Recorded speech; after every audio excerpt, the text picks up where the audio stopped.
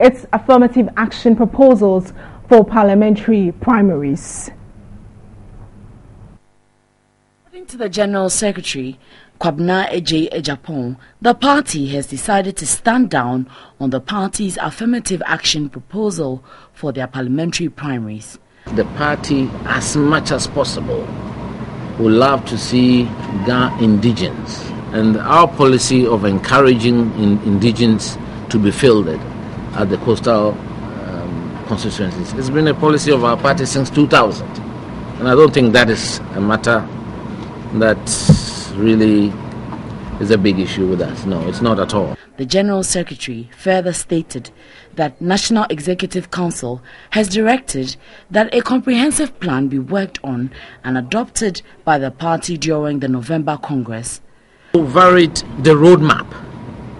That's the calendar leading up to the parliamentary primaries. As you are aware, nominations are already open. We have now set a date of April 30th for the closing of nominations, which means the vetting of aspirants will start on Monday, 4th of May, and end on the Thursday, 7th of May. And then the results of the vetting processes will be announced on the Friday, 8th of May. Any appeals arising as a result of the decisions of the constituency vetting committees will be had at the regional level between the 11th and the 13th of May. And if there are any residuals, that should be dealt with at the national level by the 15th of May. The National Executive Council also decided that the 50% rebate on filing fee for females and the physically challenged should be maintained. Right, we'll get more reaction on this because it's received mixed reactions since this decision was taken. We'll go to the MP for Tema West, Natoshi, to get her reaction on it. Good afternoon to you, ma'am, and thank you very much for joining us. Good afternoon. Your reaction to this? I think I'm fine. I'm not saying that it was not a real surprise because the General Secretary had a meeting with the women the day before. So we knew it could tilt any way at all. And then we were okay. We proposed one or two things. And it looks like that was accepted, so we were okay. Yeah, but for a sitting MP, a female sitting MP, you must have been excited. How come it didn't hold? You couldn't fight it further? Or you couldn't make enough valid points for it to stay? I think the argument is that the time was too short. The policy was good, everything was good, but the time was short because that was the same time we were picking up nomination forms. So other women who would have liked to contest us, if they knew it was an all-women affair, didn't have enough time, and men who would have withdrawn had not.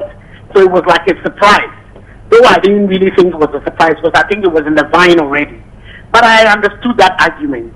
And I was more excited when they accepted that they were rather taking it to Congress next year and then put it in the Constitution to reserve more than 30 seats, safe seats for women. I realized that then I had achieved what I wanted to. All right. It means that the NPP is not abandoning this entirely. Not at all. In fact, it's a deferment. It wasn't rescinded. It was deferred. Deferred. It was not rescinded at all.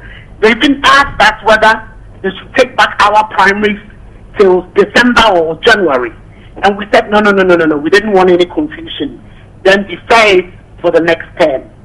So really, it's not anything that is so disappointing, no. I came into politics under rigorous primaries and all that. And I wanted to make a difference to the next woman. Because not everybody has that same confidence. Yet they want to be in parliament. So at least we have achieved something. Secondly, I know the vision for the leader, Nana Dankwa Kufuado. He's one person who cares so much about women. He would always tell you his mother, Dukuya, told him the country would never develop until women were free. So it's something that he had on his mind. He started it. We didn't ask for it. He started it and we bought into it. And then we took it on. So we're not that disappointed, no.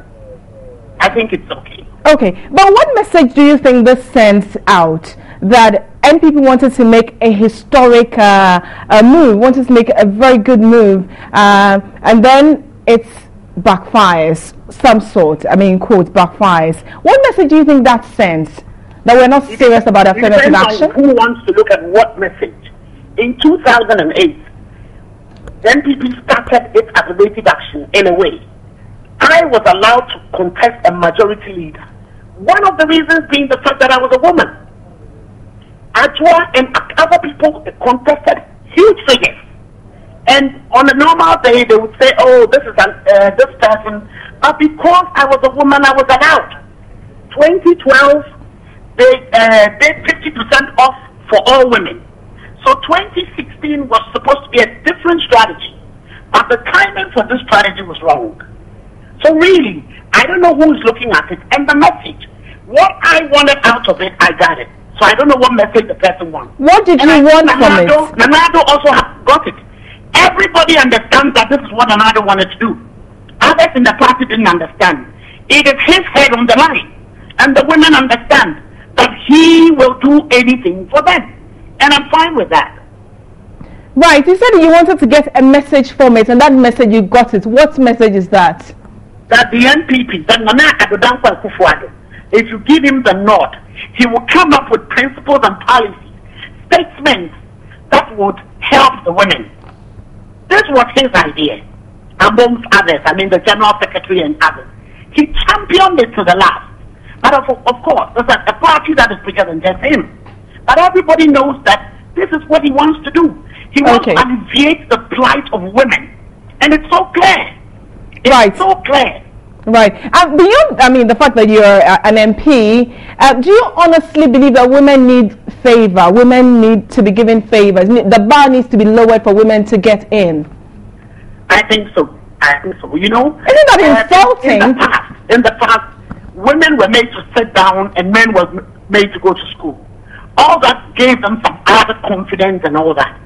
For you to get the people at the same place, you need to reverse it the other way. There are a few women who are a bit brave. I mean, I am born with 4 boys, so you can imagine. I went to primary school at the age of 5. I went to Atumata Primary.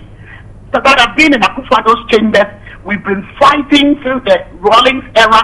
I was in Beijing Platform 1, Kume Preku. I was in what? Everything that has to be, I've been in it. But not a lot of people are like this. And don't forget that because traditionally, women were not allowed to do certain things in the past.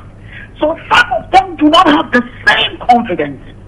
So for that, the bar must be lowered slightly to bring them on the level. Well, so you and Ursula also are exception to the rule, but for some they feel it's sort of an insult to women to say, well, let's do them a favor, let's lower the bar for them. Maybe they have not studied what it means by affirmative action and all that. You realize that 3 days ago we had all the women groups from FIDA to Zonta to Aula, Abantu and all that. They put up a press conference because we studied the subject.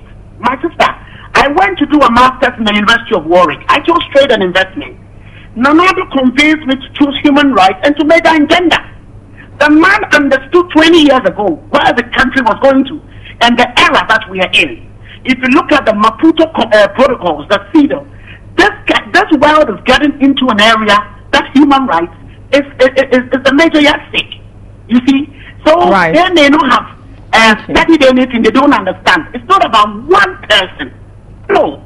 It's about majority of women. It is not an insult at all.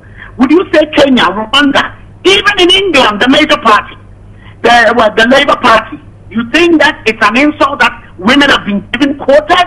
No. They don't understand the text.